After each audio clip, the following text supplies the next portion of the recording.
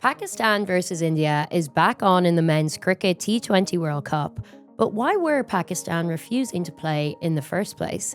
Well, Pakistan's government had said the team would not play their Group A game against India in support of Bangladesh, who had been kicked out of the competition. Back in January, Indian Premier League side Kolkata Knight Riders released Bangladesh fast bowler Mustafa Zur after the BCCI instructed the franchise to remove him from their squad.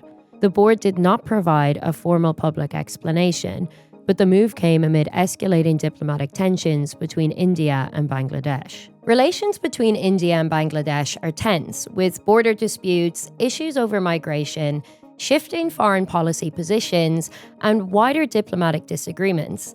Citing safety concerns amid these growing political tensions with India, Bangladesh had requested their matches be moved out of India, who are co-hosting the tournament with Sri Lanka. However, the ICC rejected the request, stating there was an absence of any credible security threat. Bangladesh were then removed from the tournament and were replaced by Scotland. Tensions between Pakistan and India continue to simmer on multiple fronts, including intermittent border violence, terrorist attacks in Kashmir, and an ongoing diplomatic standoff. So while Pakistan's stance wasn't a huge shock, it was still a major move considering that the match was due to be played in Sri Lanka's capital, Colombo.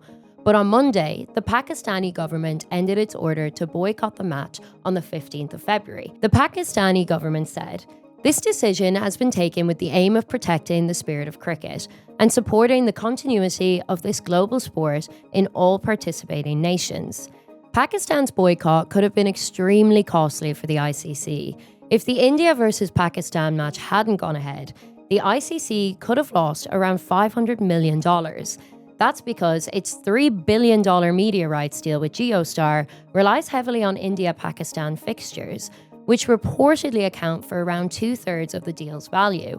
If the match had been cancelled, the ICC could have been in breach of contract and potentially forced to repay JioStar. The ICC urged the Pakistan Cricket Board to reconsider, warning of long-term implications for cricket, including for Pakistan itself, which relies heavily on ICC funding. Now, with the boycott lifted, the match will go ahead. But in an increasingly tense global political climate, decisions like this may become more common. The bigger question is, when politics and sport collide, does money ultimately decide the outcome? For more stories from the world of sport, follow Legacy.